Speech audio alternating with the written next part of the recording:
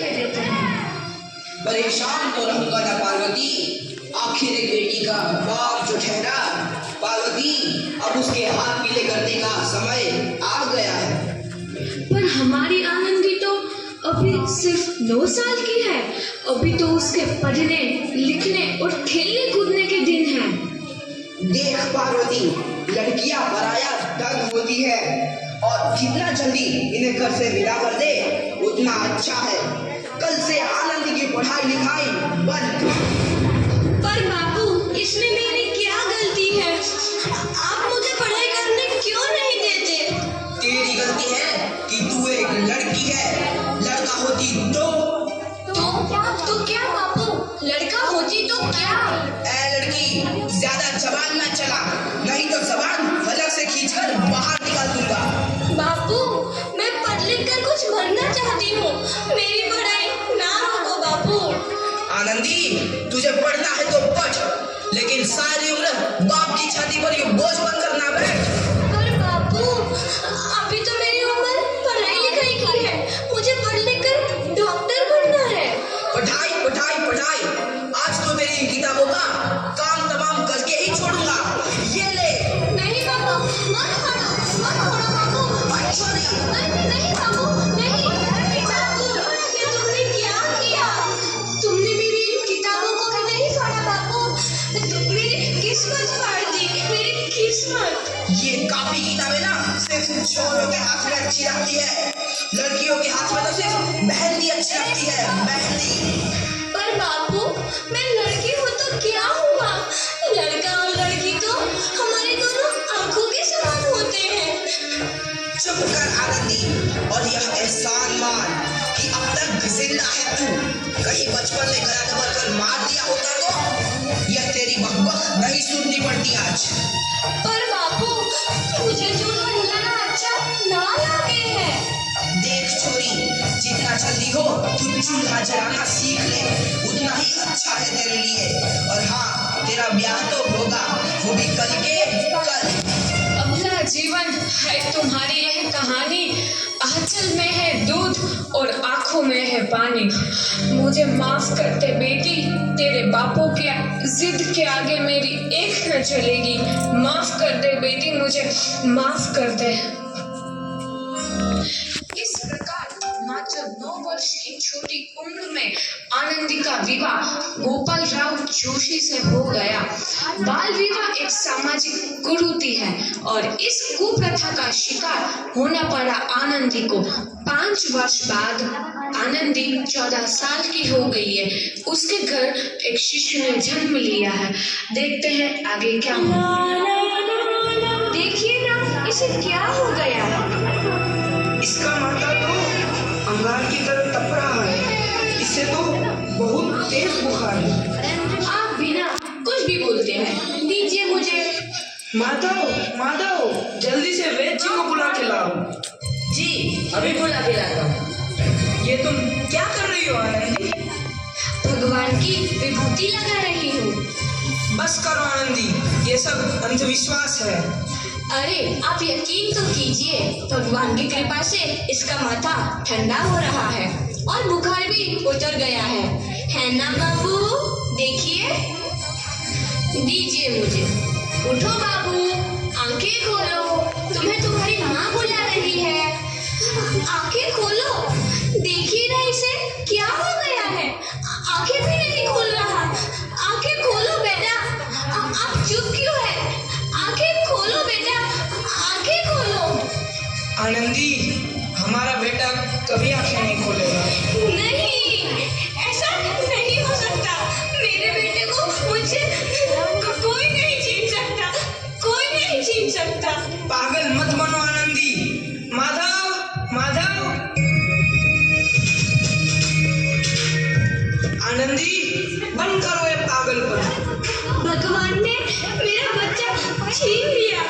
भगवान ने नहीं, तुम्हारी अशिक्षा और अंधविश्वास ने तुम्हारा बच्चा छीना है। अगर तुम पढ़ी लिखी होती तो आज हमारा शिशु जीवित होता। तुम अनपढ़ थे आनंदी, अनपढ़। नहीं, अब मैं अनपढ़ नहीं रहूंगी। नहीं रहूंगी मैं अनपढ़। मैं पढ़ूंगी ताकि कल किसी और आनंदी को इलाज के अभाव में अपना बच्चा ना खोना पड़े। शाबाश आनंदी, और यही तुम्हारे अपराध के लिए प्रायश्चित भी है।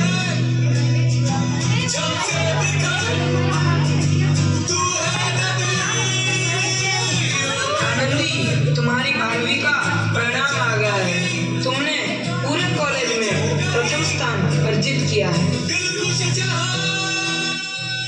तुम्हारी मेहनत रंग लाई है, तुम्हें शिक्षा वृत्ति मिली है।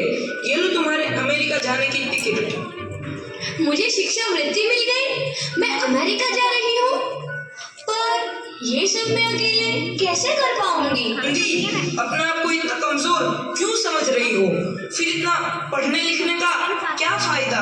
तुम अभी गवार की गवार नहीं हूँ मैं अब गवार। मेरी पढ़ाई का कितना भी टफ से टफ क्वेश्चन। 5 अप्रैल 1883 को आनंदी अमेरिका के पेंसिल्वेनिया के लिए रवाना हुई और 3 साल बाद उन्होंने डॉक्टर ऑफ मेडिसिन।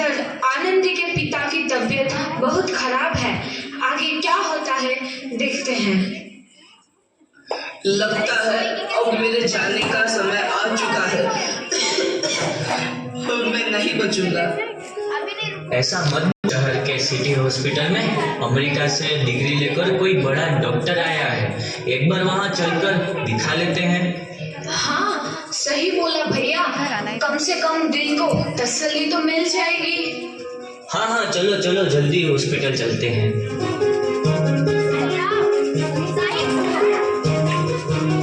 इस मरीज की हालत तो बहुत ही खराब है। देखिए, मरीज की हालत बहुत ही खराब है।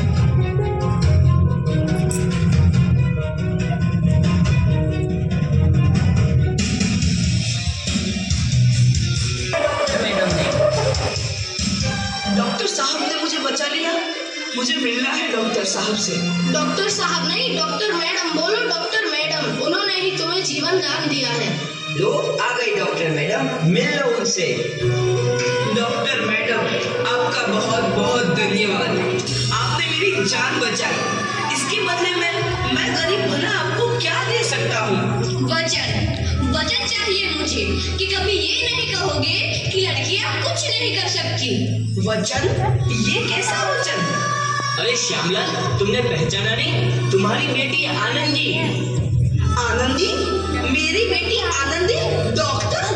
हाँ बाबू, वही आनंदी जिसके लिए बचपन में तूने चूल्हा और दूल्हा के अलावा कुछ नहीं सोचा था। आनंदी, आनंदी मेरी बेटी, मुझे माफ कर दे। मैं तेरा गुनहगार हूँ बेटी। नहीं बाबू, वही आनंदी जिसके हाथ पीले करके तुम उसकी सारी जिंदगी काला कर देना चाहते थे। माफ कर दे मुझे मेरी बच्ची, माफ कर दे। मैं तेरा अपराधी हूँ मेरी बच्ची, माफ कर दे।